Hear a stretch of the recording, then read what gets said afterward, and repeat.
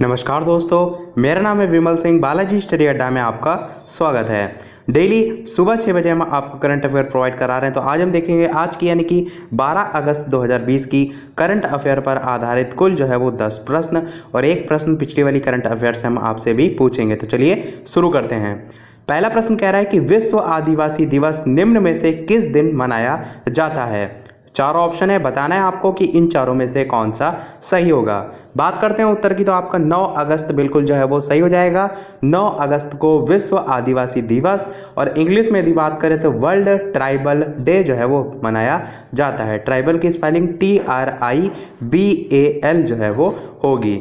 और इस वर्ष जो विश्व आदिवासी दिवस है उसकी थीम की यदि बात करें तो कोविड-19 और स्वदेशी लोगों का लचीलापन, ये जो है इस बार की थीम रही है। इसी को यदि इंग्लिश में बात करें तो कोविड-19 एंड इंडिजीनियस पीपल्स रेजिलेंस, ये इस बार की जो है वो थीम रही है। हिंदी में आप ध्यान रखिएगा, कोविड-19 और स्वदेशी लोगों का लचीलापन।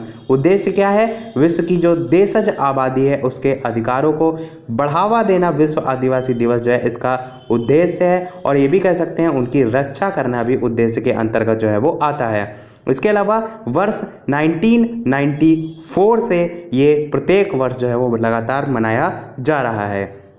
दूसरा प्रश्न है आपका, निम्न में से कौन सा देश कोरोना वायरस की पहली वैक्सीन का रजिस्ट्रेशन कराने के लिए 12 अगस्त को तैयार है। चार ऑप्शन है, बताना है आपको कौन सा सही होगा।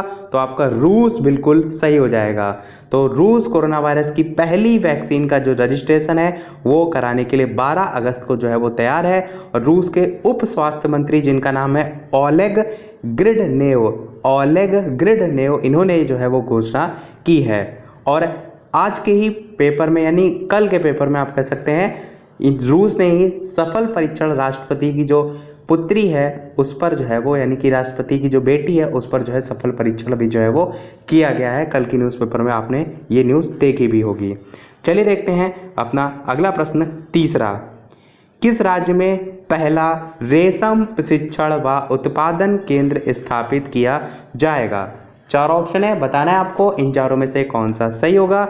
बात करते हैं उत्तर की, तो अरुणाचल प्रदेश आपका बिल्कुल सही हो जाएगा। तो खादी और ग्रामोद्योग जो है उसने अरुणाचल प्रदेश राज्य में रेशम के प्रशिक्षण व उत्पादन केंद्र की स्थापना का निर्णय जो है वो लिया है। और इस केंद्र को सितंबर 2020 के पहले सप्ताह में जो है वो लॉन्च जो है वो किया जाएगा। और स्टार्टिंग में भी इसमें बताया गया है कि ये केंद्र 25 स्थानीय जो कारीगर हैं उनको प्रशिक्षण यानी कि ट्रेनिंग भी जो है वो प्रदान करेगा। अब यहाँ पर बात हुई है रेशम की, तो भारत दुनिया में कौन से नंबर पे आता है रेशम के उत्पादन में? तो दूसरा सबसे बड़ा उत्पादक है, ये ध्यान में रखिएगा। देखते हैं अपना अगला प्रश्न, चौथा प्रश्न कह रहा है कि भारतीय खाद्य सुरक्षा और मानक प्राधिकरण ने हाल ही में घोषणा की है कि स्कूलों और शिक्षण संस्थानों के कितने मीटर के दायरे के भीतर जंक फूड और अस्वास्थ्यकर भोजन की बिक्री प्रतिबंधित होनी चाहिए। चार ऑप्शन है, आपको बताना है कौन सा सही होगा। तो 50 मीटर आपका बिल्कुल सही हो जाएगा। FSSAI ने जो है ये जो मानक है कह सकते हैं वो जो है वो जारी किए हैं कि 50 मीटर के दायरे में जो भी आपके स्वास्थ्य के लिए हानिकारक खाद्य पदार्थ हैं उसकी बिक्री और विज्ञापन पर प्रतिबंध जो है वो लगा दिया है। और ये कदम आप कह सकते हैं जो स्कूली बच्चे हैं उनकी सुरक्षा और पौष्टिक जो भोजन है वो सुनिश्चित करने के लिए उठाया गया है। अगला प्रश्न 5 कह रहा है कि किस राज्य सरकार ने वर्ष 2022-23 के लिए एक नई राज्य औद्योगिक विकास नीति शुरू की है। चार ऑप्शन है, बताना है आपको कौन सा सही होगा। तो आंध्र प्रदेश आपका बिल्कुल सही हो जाएगा। तो आंध्र प्रदेश ने 2020-23 के लिए एक नई राज्य औद्योगिक विकास नीति शुरू की है। उद्देश्य क्या है? युवाओं के लिए रोजगार का जो है वो सृजन करना, रोजगार जो है उसका निर्माण करना, ये जो है आपका इसका उद्देश्य है। बात करते हैं अपने अगले प्रश्न 6 की, विश्व जैविक ईंधन दिवस निम्न में से किस दिन मनाया जाता है। चार ऑप्शन है, आपको बताना है कौन सा सही होगा। तो आपका 10 अगस्त ऑप्शन बी जो है वो बिल्कुल सही हो जाएगा। 10 अगस्त को आपका विश्व जैविक ईंधन दिवस मनाया जाता है। और किस लिए मनाया जाता है? तो विश्व जैविक ईंधन दिवस प्रतिवर्ष जो जैव खनिज तेल है उसकी उपयोगिता के संबंध में जागरूकता के लिए जो है वो मनाया जाता है। और इसी दिन यानी कि 10 अगस्त को 1893 में सर रुडल्फ डीजल, जो कि डीजल इंजन के आविष्कारक थे, उन्होंने पहली बार मैकेनिकल इंजन का परीक्षण जो है वो सफलतापूर्वक किया था 1893 में। इसी 10 अगस्त को सर रुडल्फ डीजल, इन्होंने ही डीजल जो इंजन है उसका आविष्कार किया था। डीजल इंजन के आविष्कारक के रूप में भी जो है ये जाने जाते हैं। अगला प्रश्न देखते हैं 7वां। इसके अलावा वीडियो पसंद आ रहा हो तो लाइक भी करते चलिएगा। प्रश्न आपका कह रहा है कि किस देश के प्रधानमंत्री हसन दियाब ने हाल ही में इस्तीफे की घोषणा जो है वो की है? 4 ऑप्शन है, आपको बताना है कौन सा सही होगा।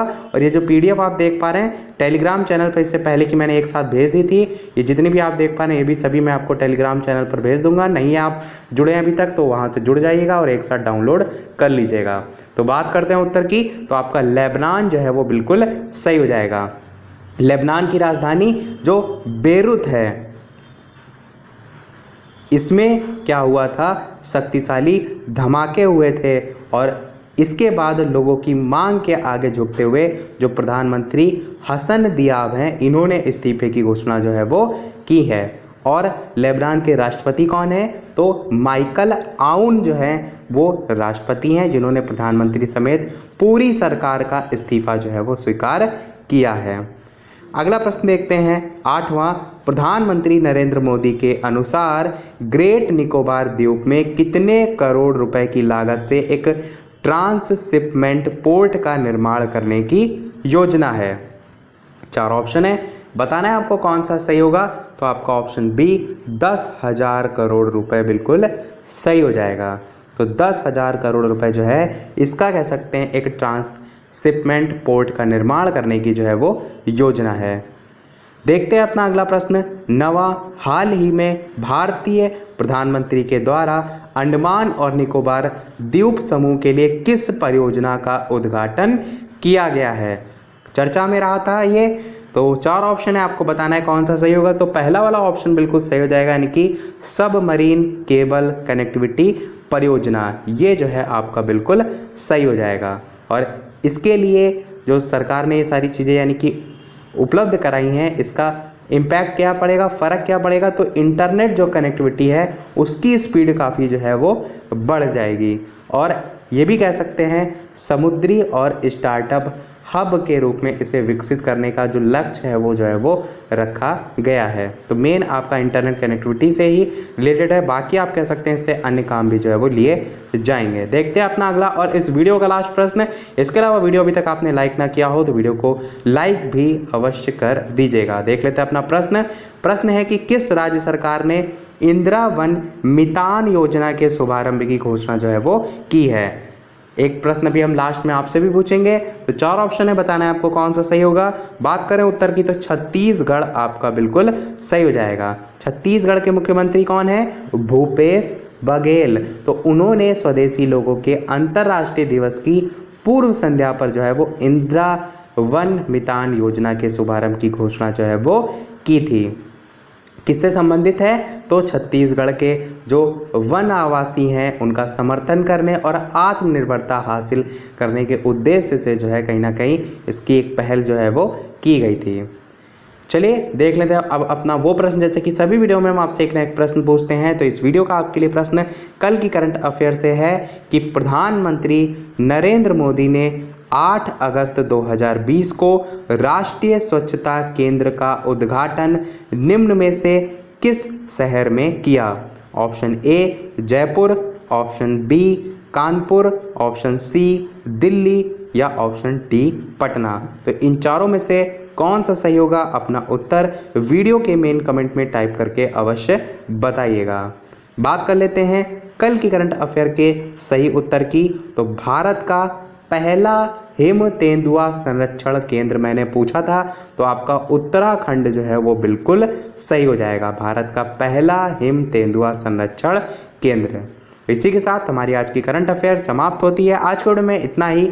वीडियो पसंद आया हो लाइक अवश्य कीजिएगा, नए हैं चैनल पर सब्सक्राइब जरूर कीजिएगा। चलिए मिलते हैं अगले वीडियो में नए टॉपिक के साथ, तब तक के लिए नमस्कार। Thank you for watching.